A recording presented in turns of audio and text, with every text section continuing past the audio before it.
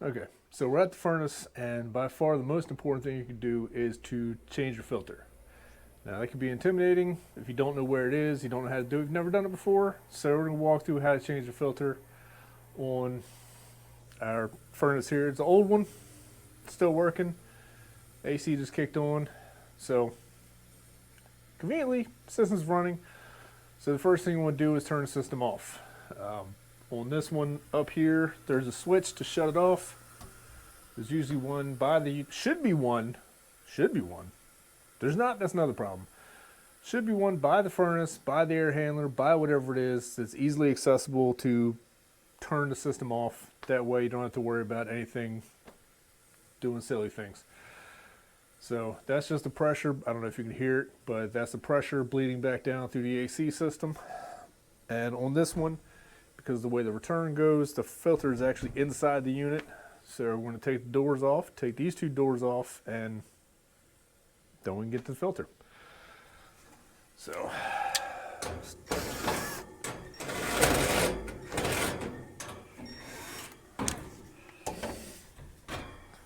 in an ideal world, the filter is easily accessible in a slot outside the unit.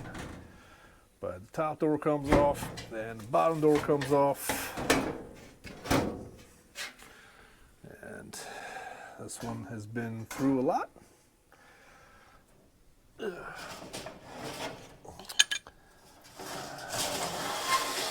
This piece, it's just on this one. It's a pre-filter or a screen to keep the filter in place. And we have a washable filter, which is this big. Not terribly dirty. You can see the silhouette of where the dust is on it, and it's fairly clean. But we're gonna get this thing cleaned off, dry it off, and then put it back in. I was gonna put a different one in, but I don't have that size here. So we're gonna get this one washed off and wash it, let it dry, and then put it back in, and we're good to go. Yeah. Okay.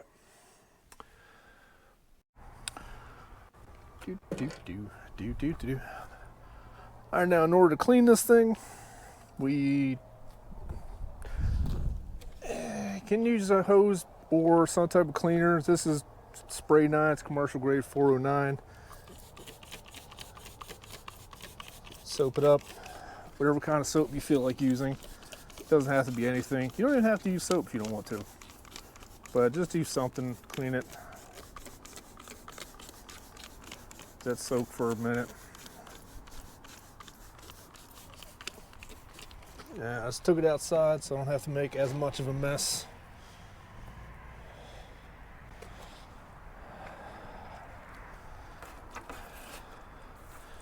And just take your hose,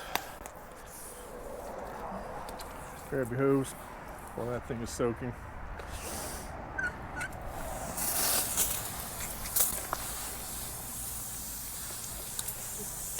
Learn how to use the hose.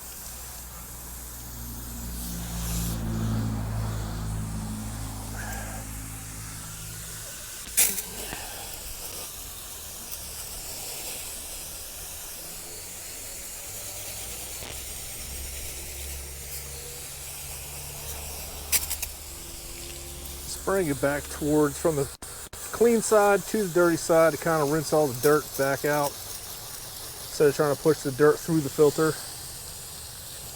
Push it back towards the other side, back the way it came.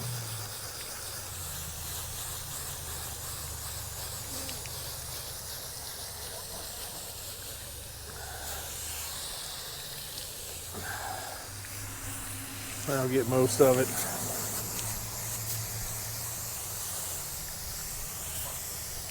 Let's see, the water's coming down nice and clear. Doing it up against the wall because I can. You can also see the water coming out the bottom's nice and clean. Not really pushing, not a whole lot of dirt in there, but for the sake of argument, I'm actually surprised it's that clean. But no more soap. So that's good to go. Turn the hose off.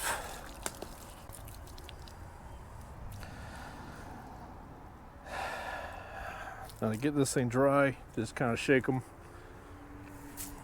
Shake most of the water out of it.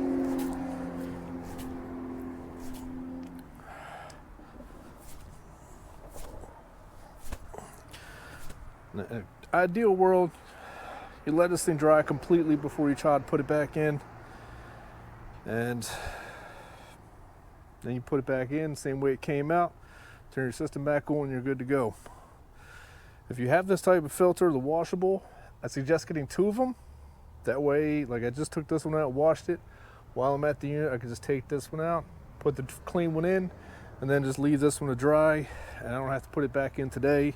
I can put it back in just a couple months from now or next month when it's ready to get cleaned again. So we're gonna take this thing back inside, clean it, dry it out a little bit more, take it back inside and put it back together.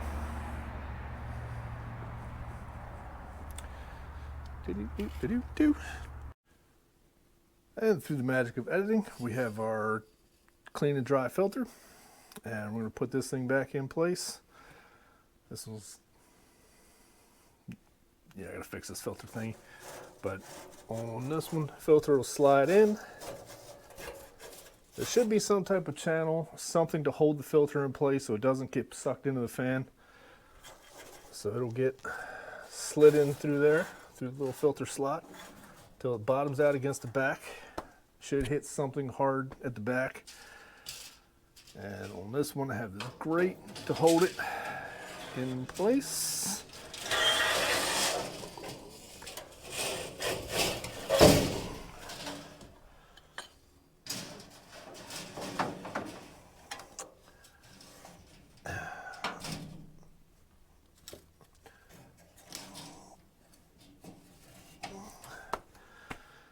And that's how the filter goes back in on this one.